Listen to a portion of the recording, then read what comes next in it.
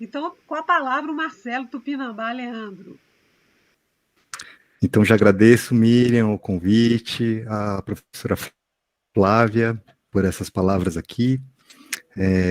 Rapidamente me apresentar, como você comentou, meu nome é Marcelo Tupinambá Leandro, eu estou como coordenador do Museu Casamário de Andrade, e a minha relação também com o Mário já vem de algum tempo, porque o meu bisavô foi contemporâneo do Mário, inclusive tem uma peça composta juntos, o próprio Mário, na época, analisou a música do meu bisavô, e também por ser aqui orientando da professora Flávia no meu mestrado, então, claro que a Flávia sempre traz essa bibliografia, essa fortuna crítica do Mário, que é basilar, me formou, né?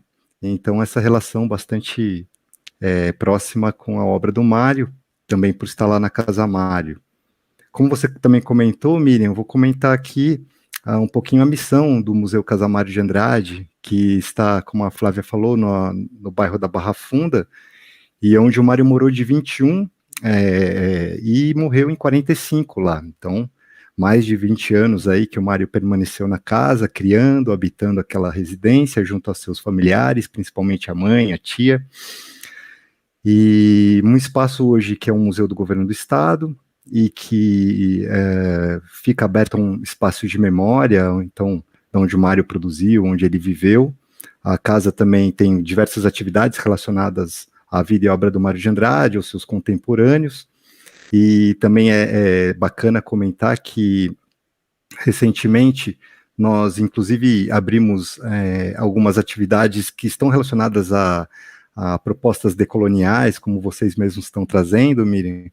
Então, para que a gente dê acesso, por exemplo, a indígenas que produzem literatura, foram lá falar na nossa programação, as pessoas que lidam com patrimônio negro em São Paulo também tiveram oportunidade, pessoas, representantes LGBTQIA+, foram poder falar lá também, artistas de rua, do grafite. Então, acho que inspirado no que o próprio Mário propôs em vida, e nós, então, nos valemos dessa inspiração para poder criar uma atividades bastante múltiplas, né, para atender diversos públicos. E vou falar, a minha fala, eu acho que vem depois do que a Flávia falou, que eu fiquei pensando aqui, estamos aqui com o público, principalmente de biblioteconomia, e também pensando o Mário como um colecionador, e fiquei pensando aqui um pouquinho sobre como que, para nós fazermos um pouquinho essa reflexão, sobre como o Mário de Andrade embasava seu conhecimento, como a Flávia falou, né? E até citou essa paciência científica. Eu acho que uma das coisas que chamam a atenção no Mário é esse rigor que ele tem, esse comprometimento dele, principalmente vindo de um músico e de um professor, né, de música. Eu acho que a Flávia, assim como eu também, que somos da área de música, parece que isso é inerente a quem se atém com a música, tem um pensamento múltiplo e que tenha, talvez, como a gente viu nessa proposta do Mário, sempre pensar no consulente, sempre pensar no público, né? Eu acho isso muito bonito do Mário. Então, a primeira coisa que eu queria contribuir aqui é que a gente faça esse estudo, essa reflexão de como que o Mário, como professor, produzia o seu conhecimento, né? E um conhecimento que naquela época, ali de 20, 30 e 40, estava muito baseado nesse rigor científico.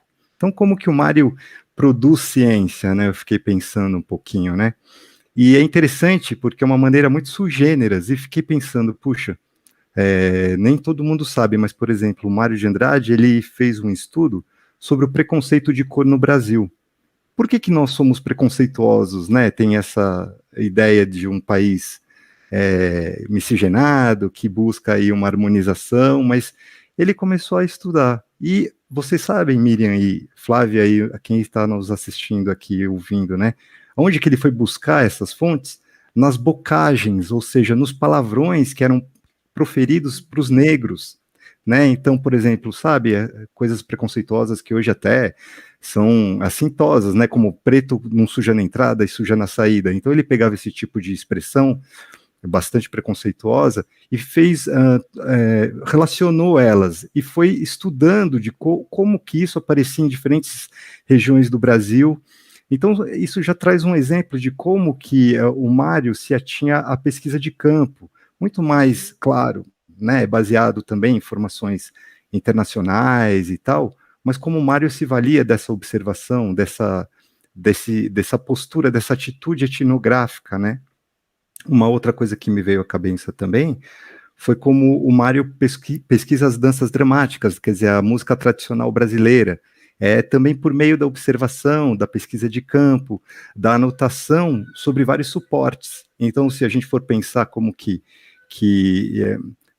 o Mário recolhe, por exemplo, essas informações, ele utiliza cadernetas de campo, a fotografia, anotações de campo, tudo aquilo que estivesse à mão do cientista, para formar o maior número de, vamos dizer, pixels, vamos dizer assim, quer dizer, o maior número de informações sobre aquela manifestação, para que depois elas, sendo analisadas, pudessem fornecer um parâmetro científico, enfim, um parâmetro confiável para que os pesquisadores e estudantes pudessem produzir um conhecimento baseado nessas informações que ele tinha elencado e pesquisado.